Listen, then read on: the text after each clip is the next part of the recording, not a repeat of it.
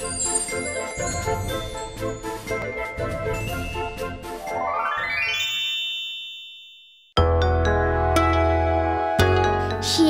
ও বক।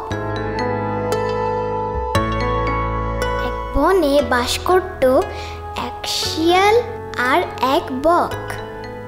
শিয়াল ও বকের মধ্যে ছিল বেশ বন্ধুত্ব।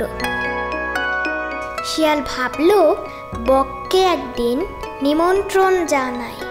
মনে মনে এটাও ভাবলো বক নিমন্ত্রণ খেতে এলে বেশ মজাই হবে। তাই শিয়াল তার বক বন্ধুকে খাবারের জন্য তার বাড়িতে নিমন্ত্রণ করল। বকের ভীষণ আনন্দ।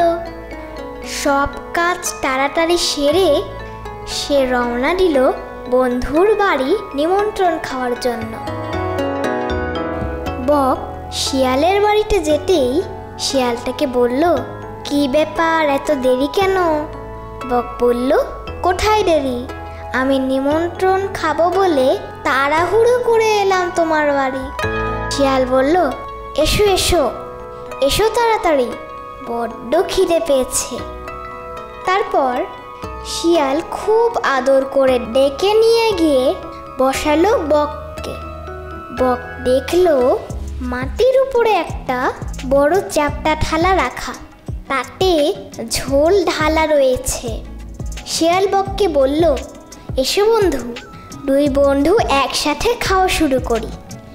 এই বলেই শিয়াল তার জিভ দিয়ে দিব্যি ঝোল চাটতে লাগলো, কিন্তু বক তার ঠোঁট দিয়ে কিছুই তুলে খেতে পারছিল না।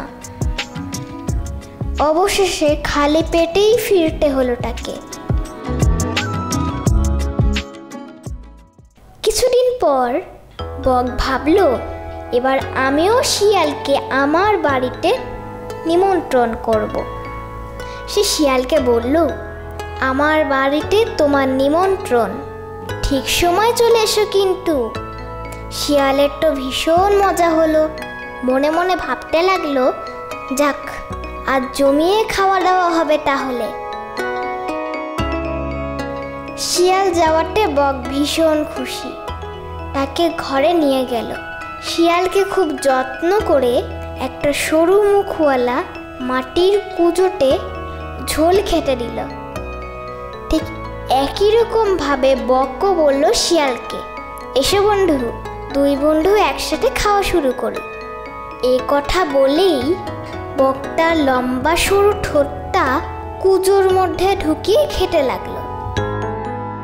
কিন্তু শিয়াল অনেক চেষ্টা করেও তার মুখ ওই রকম পাত্রে ঢোকাতে পারল না। সে তখন ভীষণ চিন্তায় পড়ে গেল। সে শুধু বকের খাওয়া দেখতে লাগলো। বকের খাওয়া শেষ হবার পর বিষণ্ণ মুখে শিয়াল বাড়ি ফেরার জন্য তৈরি হলো। তখন শিয়ালকে ডেকে বক বলল, কিছু মনে করো না বন্ধু, এটা তো তোমার কাছ থেকেই শিখেছি আমি। শিয়াল কিছু না বলে নিজের বাড়ির দিকে রওনা হলো। বন্ধুরা, আমরা শিখলাম কাউকে আঘাত করলে আঘাত পেতেও হয়।